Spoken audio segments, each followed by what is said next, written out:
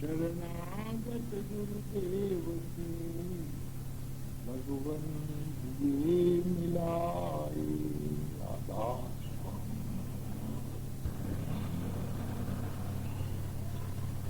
संसार और असार।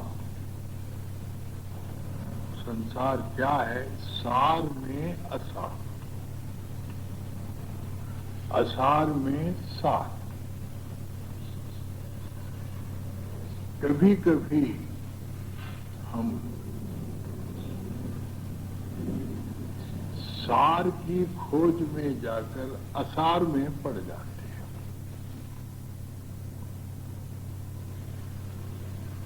खोज हमारी सार वस्तु को ढूंढने की है, मगर ये खोज हमको ले जाती है असार वस्तु के तरफ। महाराष्ट्र के संत हैं, संत तुकाराम कहते हैं, वस्तु स्थिति है असार भाषे, परि अंतरि बहु सार। संत तुकाराम कहता है कि बाहर से देखो कुछ नहीं मालूम होता, और अंतर में खोजो तो उस खोज का कोई अंत। इसलिए परमात्मा का खोज आसान नहीं है, अंत नहीं, बेअंत। मालिक बेअंत, खोजते खोजते पता नहीं चलता, उम्रें गुजर जाती, उम्र ही नहीं गुजर जाती बल्कि जन्म भी गुजर जाते, जन्म गुजर जाते। एक जन्म गुरु भक्ति कर, जन्म दूसरे नाम, जन्म तीसरे मुक्ति पद, चौथे में निज धाम। इसके लिए क्या हमारे लिए? दादा दयाल कहते थे हमारे सामने, ईश्वर शब्द योग अभ्यास और मंजिलों को पार करना 6 महीने का कोर्स है। बड़े आसानी से कहते, मगर 6 जन्म में भी ये कोर्स खत्म नहीं होता।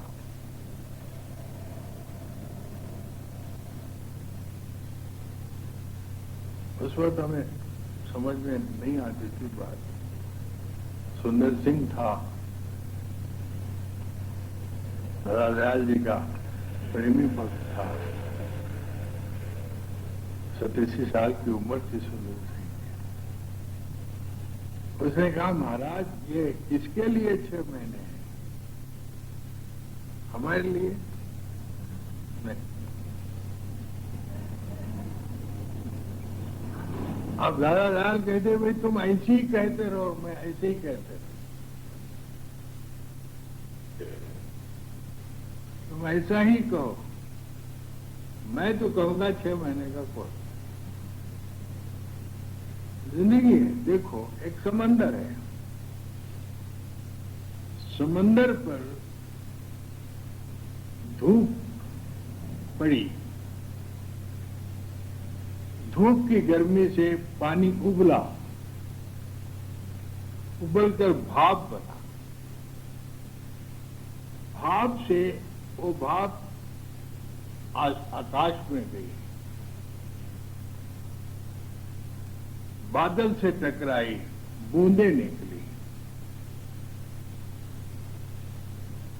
एक बूंद समंदर में पड़ी, एक नाली में पड़ी, एक सड़क पर पड़ी। वो जो समंदर से पिछड़ी हुई बूंद है, फिर समंदर में मिलने के लिए कितना अरसा लगेगा? गौर तो करो।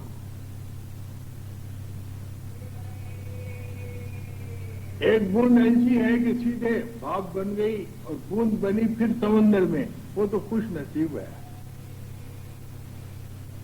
वो खुश नसीब है।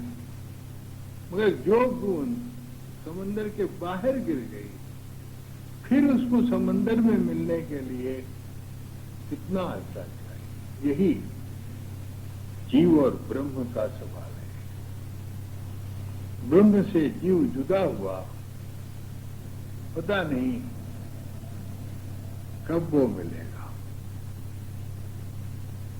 यही हाल जीव और ब्रह्म का है। और जीव टकराते टकराते टकराते कई जन्म होते हैं, और जीवों के साथ कर्म का बंध है।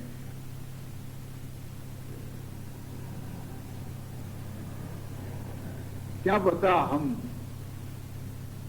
कितने जन्मों से आए हुए हैं, पशु जन्म से, वृक्ष जन्म से, और आगे हमें कितने जन्म लेने पड़े, कोई गारंटी है?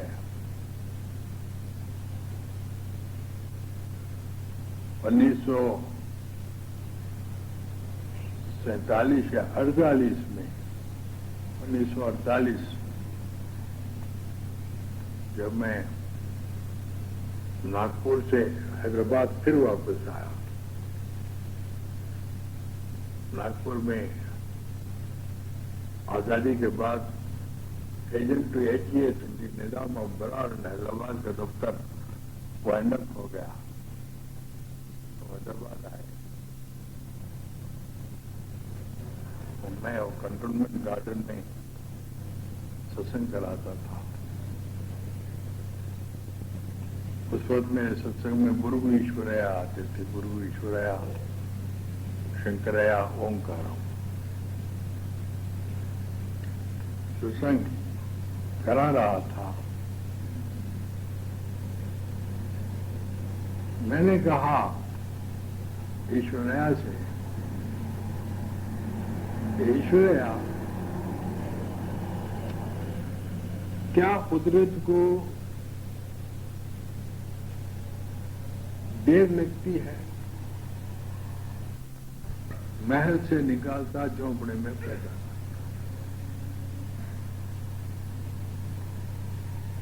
इस जन्म में आदमी महल में है,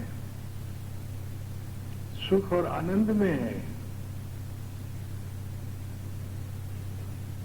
रुपए पैसे की कमी नहीं है, मगर क्या कुदरत को देर लगती एक झोंपड़े में पैदा कर? कुदरत को कोई, आज आप महलों में है, कल क्या होंगे पता नहीं।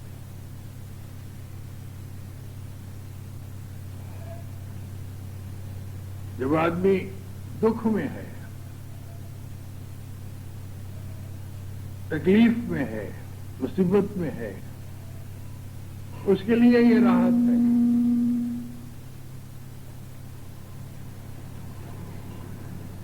जो खुद झोपड़े में है, उसको झोपड़े की क्या,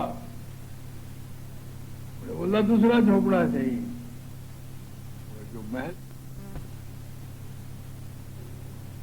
जो सुख में है, उसके लिए चेतावनी है। हाँ, इस वक्त पांडव और कौरवों का युद्ध खत्म हो चुका।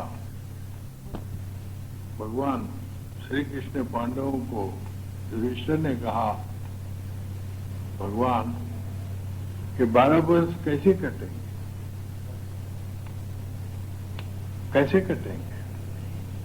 तो भगवान श्री कृष्ण ने एक अंगूठी दी युधिष्ठिर को और कहा, रोज देखा करो। उसमें लिखा हुआ था, ये दिन नहीं रहेगा।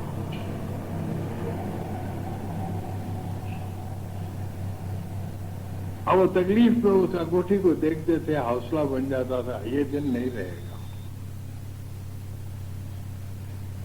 जिस वक्त पट्टाभिषेक हुआ,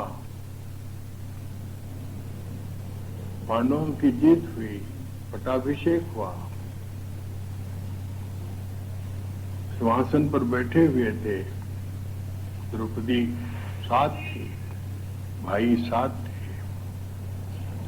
ऐन खुशी के वक्त नजर पड़ी अंगूठी के ऊपर, उसमें लिखा हुआ था ये दिन नहीं रहेगा। सारी खुशी खत्म हो गई। इतने साल के बाद ये दिन देखने आए तो फिर ये दिन भी नहीं रहेगा।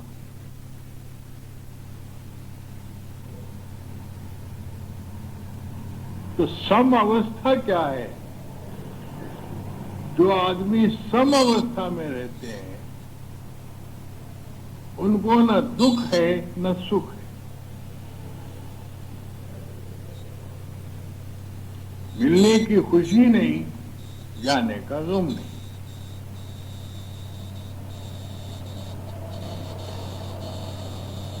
हमको कोई खुशी होती है, व्यापार है, 5-10 लाख रुपए हमने कमाए, बहुत खुशी होती है। हालांकि वो 10 लाख रुपए हम खाते नहीं, हमें कुछ, मगर उसके सुनने से, उसके देखने से खुशी होती। उसी तरह जब मुसीबत आने वाली होती है तो गम होता है। जिस आदमी में मिलने की खुशी नहीं, जाने का गम नहीं, वो है सम अवस्था। सम अवस्था आदमी ये समझ ले कि मैं यहां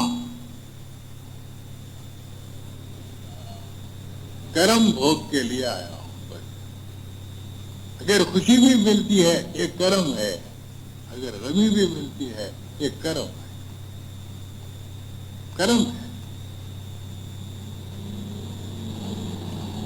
शहंशाह वृद्धदेव जा रहा था, एक मस्जिद में एक नंगा फकीर खड़ा हुआ, नंगा। और मुझे तो ख्याल में आया मेरी हुकूमत में ये नंगा कैसे रह सकता है। उसने शाही लिबास मंगाया, जवाहरात रखे और सामने फकीर से कहा, फकीर इसको कबूल करो। फकीर ने कहा, बादशाह होश की दवा कर। होश की दवा कर। जिस मालिक ने तुझको हुकूमत दी, जिस मालिक ने तुझको मालो जर दिया, जिस मालिक ने तुझे शाही लिबास पहनाकर ये हालत दी, उस मालिक ने मुझे नंगा किया, मुझे नंगा रखा। मैं इसी में खुश हूं, तू उसी में खुश रहे, बस मुझे तेरा माल जर नहीं चाहिए। मालिक का दिया जाता नहीं, इंसान का दिया रहता नहीं। उसमें क्या था? संतोष था। दो हाथों से दिए हुए इंसान का पैसा रहता है हमारे पास, बंदे के 2 हाथ हैं, उसके 1000 हाथ। इसको कहते सम अवस्था। जीने की इच्छा नहीं, मरने से डर खाता नहीं। मुझको अब हो गए हैं, मुझको अब सम हो गए हैं जीवन और मरण। संसार के दुखों से बचना चाहते हो, अपने आप को सम अवस्था में रखो। अपने आप को सम अवस्था में रखो। समता। खुशी आई खुश नहीं, गमी आई गम नहीं। अगर जिंदगी में समता आई, समता आएगी कैसे? संतोष से। गोधन, गजधन, बाजधन और रतन धन खान, जब आवे संतोष धन, सब धन धूल समान। मन में अगर तृप्ति आई, मन में संतोष आया, तो ख्वाहिश खत्म हो गई। जिसके मन में संतोष है उसको ख्वाहिश नहीं होती। ख्वाहिश वासना है, और वासना दुख का कारण है। बेख्वाहिशी की ख्वाहिश जब दिल में मेरे आई, फिर ये बता कि ख्वाहिश क्या दिल में है समाई। तृप्ति, तृप्ति के माने ये नहीं है कि निकम्मे बन के रहो ना। तृप्ति माने ये है कि जितना काम करना है कर दो बस। कहते इतना काम करो कि तुम्हारा मन ये कहे कि मैंने कोई कसर नहीं रखी बस।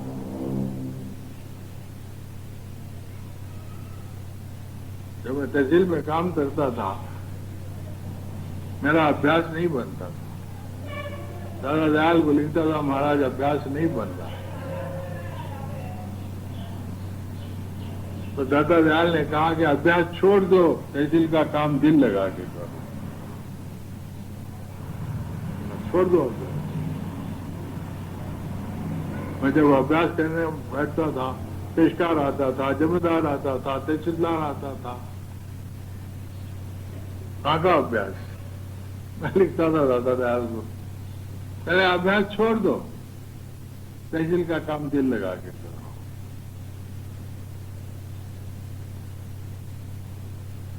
मन है, मन संस्कारों को कबूल करता है। जिस गली में रहते हो, जिसकी सोबत में रहते हो, वो संस्कार तुम पर पड़े रहते हैं। लाख तुम पवित्र हो, तुम लाख खानदानी आदमी हो, मगर संस्कार पीछा नहीं छोड़ेंगे। जहां रहते हो, वस्तु, काल और समय, वे तीन से बचना रहना, बच के रहना। एक प्रोफेसर था, बहुत ऊंचे खानदान का पेशा, प्रोफेसर अध्यापक था और बहुत गुणी था, सज्जन था। रोज कॉलेज को जाता था। कॉलेज के दो रास्ते, एक लंबा, बहुत लंबा, और एक बड़ा शार्ट। और शार्ट जो रास्ता था उसमें मछुआरे रहते थे, मछली बेचने वाले। और वहां से जो गुजरता था, वो मछली बेचने वाले लड़ते हैं हमेशा, गाली गलौज देते रहते हैं हमेशा एक दूसरे को। और जो आदमी वहां से गुजरता है वो गाली गलौज उसको सुनना पड़ता। तो किसी ने कहा, प्रोफेसर साहब, ये महल्ले से मत चलो आप। प्रोफेसर ने कहा, मुझे क्या होता? बोले, मैं सब जानता हूं, मेरे को संस्कार नहीं आते। बात आई गई, इत्तेफाक प्रोफेसर साहब को बुखार आया, डिलीरियम की कंडीशन थी।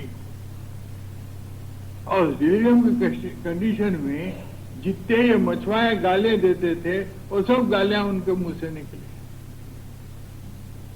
डॉक्टर हैरान रह गया, प्रोफेसर है। खैर बुखार उतर गया, सेहत हो गई, सब हो गई। डॉक्टर आया था, डॉक्टर साहब को बड़ा धन्यवाद दिया। तो डॉक्टर साहब ने कहा कि आप, एक बात है, आप नाराज न हो तो कहता हूं, आप एक इतने बड़े खानदानी आदमी, आपके बाप ऐसे, और आप में भी बहुत खसूसियात हैं, देवता पुरुष हैं आप, और आपका पेशा भी बहुत अच्छा है। लेकिन आप जब बीमार हुए और डिलीरियम की कंडीशन थी, तो आपके मुंह से ऐसे गंदे अल्फाज निकले, मुझे सुनकर बड़ी तकलीफ हुई। तो प्रोफेसर ने कहा सच्ची बात है,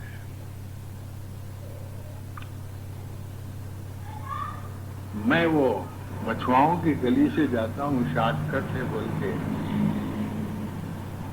मुझे लोगों ने कहा भी प्रोफेसर साहब इस गली से मत जाइए आप। तो वो संस्कार मेरे मन पर रोज पड़ते थे। जब तक मैं बाहोश था उसको तो मैं दबा सकता था, जब बेहोश हो गया वो दब नहीं सके, मेरे मुंह से वो निकल गए। इसलिए अभ्यास ये जो साधन है, सूरज शब्द योग का साधन है। रात की घड़ी रज की होती है, अभ्यास रात को शाम को करना चाहिए, अभ्यास शाम को करना चाहिए। खाना खाने से पेशतर शाम को 1 घंटा अभ्यास अगर करें तो दिन में हम जिन जिन लोगों से मिलते हैं उनके संस्कार इस मस्तिष्क के ऊपर पड़े रहते हैं। और शाम को 7 बजे, 8 बजे, 9 बजे काम से फारिग होकर 12 बजे अभ्यास नहीं करना, तमोगुण की घड़ी होती है। 2 बजे नहीं करना, 3 बजे करो। तो जो लोग शाम को अभ्यास करते 7 बजे काम से फारिग होने के बाद, तो वो इन संस्कारों को धो देते। 1 घंटा काम धाम करने के बाद खाना खाने के पेशतर बैठ गए तो उस वक्त हमारी मंजिल तो नहीं जाती। उस वक्त अभ्यास में हमको कुछ आगे नहीं बढ़ सकते, मगर जो संस्कार सुबह से शाम तक हमारे शराबी मिलता, जुआरी मिलता, मरे हुआ आदमी मिलता, मातम करने वाले मिलते, वो अपने अपने संस्कार छोड़ देते और सुबह आपको क्लीन स्लेट मिले। 3 बजे 3:30 बजे उठो, और अगर तुमने शाम को अभ्यास नहीं किया तो सुबह संस्कारों को धोएंगे। बस मैं अभ्यासियों को कह रहा हूं, अनुभव की बात है, जो शगल करते हैं, अभ्यास करते हैं, उनको शाम को 1 घंटा जरूर अभ्यास करना चाहिए ताकि वो संस्कार धुल जाए। और संस्कार बहुत बुरे होते हैं। एक दफे मैं कल्याण में पढ़ा था, एक ब्राह्मण आ रहा था प्यासा, और प्यास के मारे उसकी जुबान बाहर आ गई थी। दूसरा ब्राह्मण गंगा का पानी लेकर जा रहा था, तो ये जो गंगा का पानी लेकर जा रहा था उसके दिल में ख्याल आया, उसने कहा भाई पानी पी ले, तुझे बहुत प्यास लगी। तो वो प्यासा पूछने लगा तुम्हारे गुरु का नाम क्या है, तुम क्या साधन करते, तुम्हारी कमाई कैसे? उसने कहा उसी आईडी की तरह सब पूछने लगा। मेरे को रहम आया तुझे देखकर, पानी पिलाऊं, कहने लगे मैं ऐसा मर गया तो बहुत अच्छा है, लेकिन तेरे संस्कार लेकर अगर मरा तो मैं जितनी कमाई किया सब खत्म हो जाए।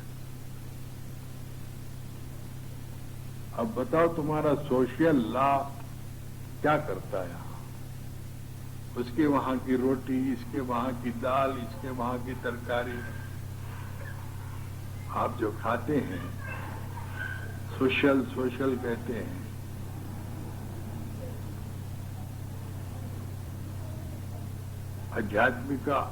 आध्यात्मिकता में संस्कारों का बड़ा ये होता है। आदमी आता है तो संस्कार देखने पड़ते हैं। संस्कार अगर खराब है तो हमारी की हुई कमाई बर्बाद हो जाती है। इसलिए दोस्तों, अभ्यास करने वालों इन संस्कारों से बच के रहो।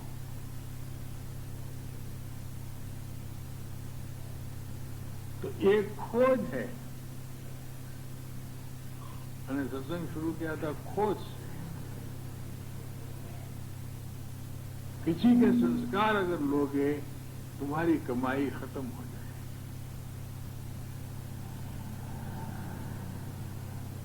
हमारे पास अभ्यास करते वक्त ये कपड़े उतार देने पड़ते हैं। अभ्यास करने के वक्त कपड़े उतार कर दूसरे कपड़े पहनना पड़ता है। उनके लिए, हमारे लिए तो दफ्तर में जो लोग जाते हैं या व्यापार में जो काम करते हैं उनके लिए, क्योंकि उन कपड़ों के ऊपर संस्कार बैठे रहते हैं। एक जमाना था, मैं सर्विस में जब रहता था तो पेशकार होकर भी मैं किसी का खाना नहीं खाया, होटल में नहीं खाया। मैं सब दरवाजे बंद कर देता था, अपनी थाली आप धो लेता था, अपना खाना आप बनाता था देवरकोंडे पे। भाई जी ने कहा था मुझे, संस्कार असर करते हैं, अभ्यास बनता नहीं। फिर जब सब खाना वाना खाने के बाद फिर दरवाजे खोल देता था सब। देवरकोंडे में मैं, जब मेरी फैमिली, मुझे तबादला हुआ तो बड़ी खुशी होती थी। क्यों? 1-2 साल के लिए मुझे अभ्यास करने के लिए वक्त मिलता था। घर पे बाल बच्चे छोड़ दिए, अपना चले गए। बोधन में भी था, वहां भी था। तो आध्यात्मिकता खोज जो है, तो अफसोस मत करो, अच्छी है तो नाश मत करो।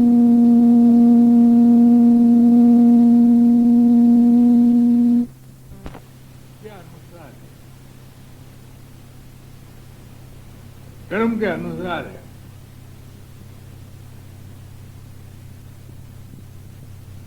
अगर अच्छी है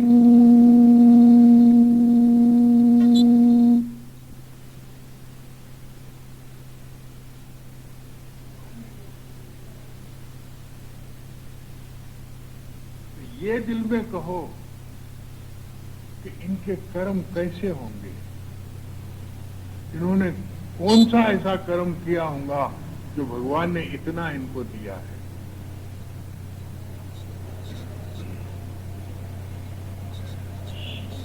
और गरीब हो तो उस वक्त सोचो कि मैंने कोई ऐसे कर्म किए होंगे जिसकी वजह से मुझे ये गरीबी आई है। बस यहां हसद का काम, उस वक्त हसद तुम्हारे मन में नहीं आएगा, तुम्हारे मन में ईर्ष्या नहीं आएगी। जो दूसरे लोगों को देखकर जलते हैं, हसद करते हैं ना, उनके लिए मैं बताता हूं, लोगों को देखकर हसद करोगे ये भी एक कर्म है तुम्हारा। कभी नहीं, खुश हो जाओ। लोगों को देखकर, लोगों की खुशी देखकर, उनको भगवान ने अगर दिया है तो तुम खुश हो जाओ। क्यों खुश हो जाओ? उसका कौन सा कर्म है? और हमने कौन सा बुरा कर्म किया जो हमारी ये हालत?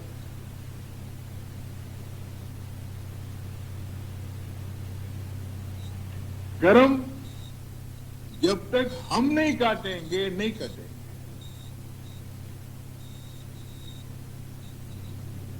परम दयाल जी कहते थे कर्म भोग अथवा मौज। वो कहते थे कर्म भोग अथवा मौज। हमारी मौजूदा हालत बहुत बेहतर है, बशर्ते कि हमको उसका एहसास हो। हमारी मौजूदा हालत बहुत बेहतर है। मैं किराए के मकान में था सिकंदराबाद में, 50 रुपए तनख्वाह पर आया,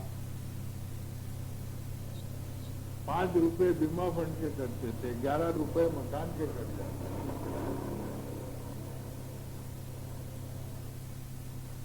बाकी रुपयों में उस वक्त बरकत थी। रुपये में 10-12 रुपए मेरे फिर भी बचते थे।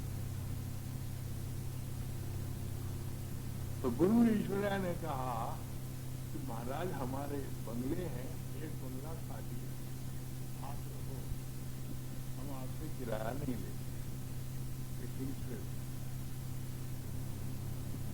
4 महीने तक मकान खाली रहे।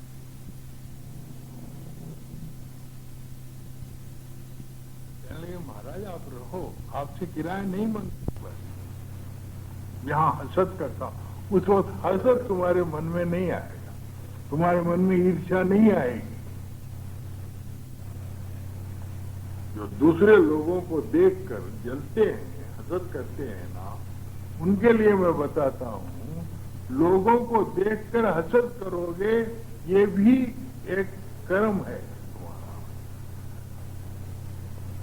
कभी नहीं, खुश हो जाओ। लोगों को देखकर, लोगों की खुशी देखकर, उनको भगवान ने अगर दिया है तो तुम खुश हो जाओ। क्यों खुश हो जाओ? उसका कौन सा कर्म है? और हमने कौन सा बुरा कर्म किया जो हमारी ये हालत?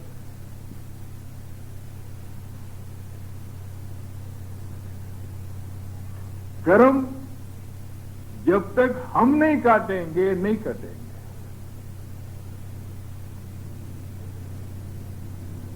परम दयाल जी कहते थे कर्म भोग अथवा मौज।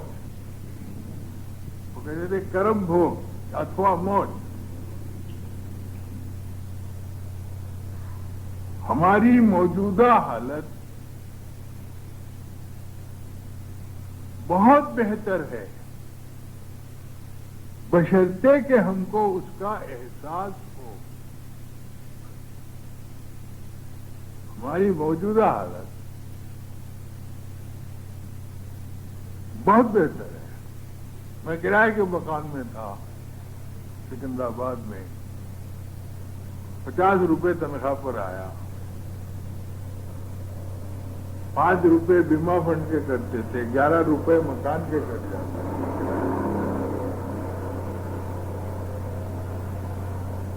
बाकी रुपयों में उस वक्त बरकत थी। रुपये में 10-12 रुपए मेरे फिर भी बचते थे।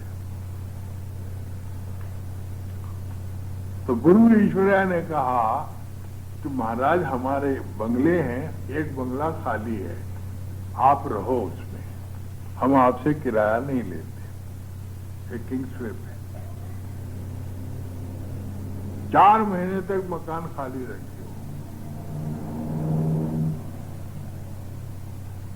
तो कहने लगे महाराज आप रहो, आपसे किराया नहीं मांगते, हम खाली पड़ा हुआ है।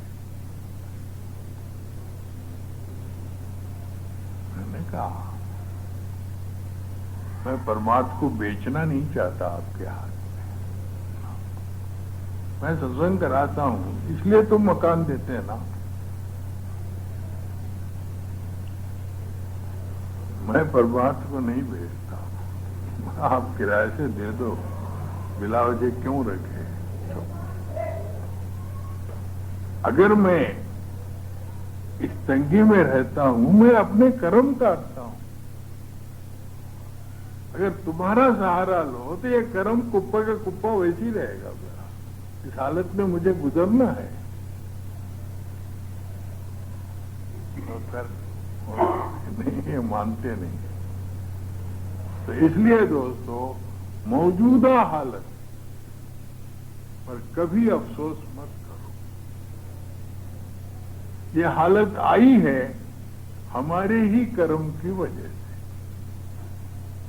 और इस हालत को तुम काटोगे नहीं तो ये हालत बनी रही तो दूसरी हालत तुमको मिल नहीं सकती। बस ये कर्म का काम। मैं कह रहा हूं सम अवस्था। मालिक ने झोपड़ी दिया है, बहुत शुक्र है। मालिक ने महल दिया है, उसकी खुशी नहीं, खुशी नहीं, वो हमारा एक कर्म था। कर्म प्रधान विश्व रख राजा, जो जस की ना तस फल चाहा। जिस हालत में मालिक ने रखा है उस हालत को शुक्र समझो, बस शुक्र है। मेरे मुखा साहब परम दयाल जी के साथ आए हैदराबाद, बीमार हो गए। वो बीमार हो गए तो कल्याण मंडप से निकाल के मैं अपने घर में लेके गया। बुखार है 104। तो मैंने पूछा महाराज कैसी तबीयत है? शुक्र है। 104 बुखार है, शुक्र है, भगवान का शुक्र है।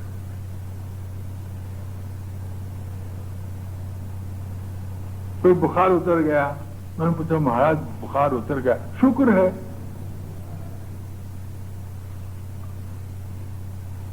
कभी उन्होंने नहीं कहा कि मुझे बुखार आया, मैं परदेश में हूं, मेरा क्या होगा। कभी राजी बरल्ला, संतोष, तृप्ति, मालिक की दया है। इसलिए दोस्तों, संतोष धन अच्छा है। जिस हालत में तुम हो उस हालत को शुक्र समझो। अगर हालत अच्छी है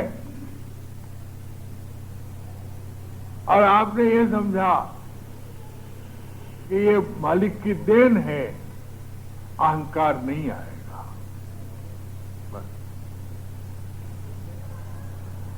जब अहंकार नहीं आएगा तो तुम गिरोगे नहीं।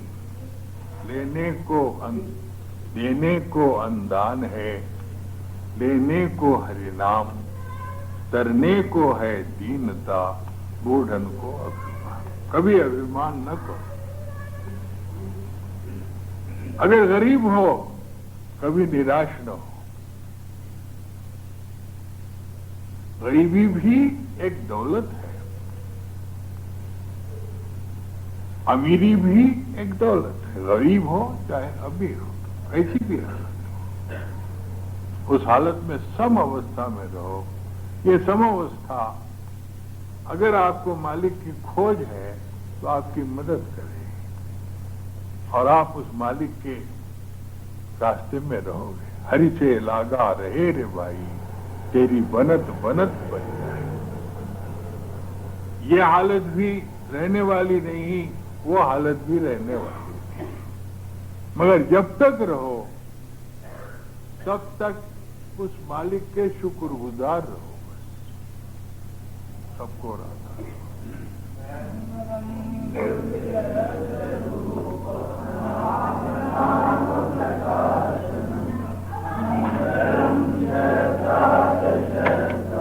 Ah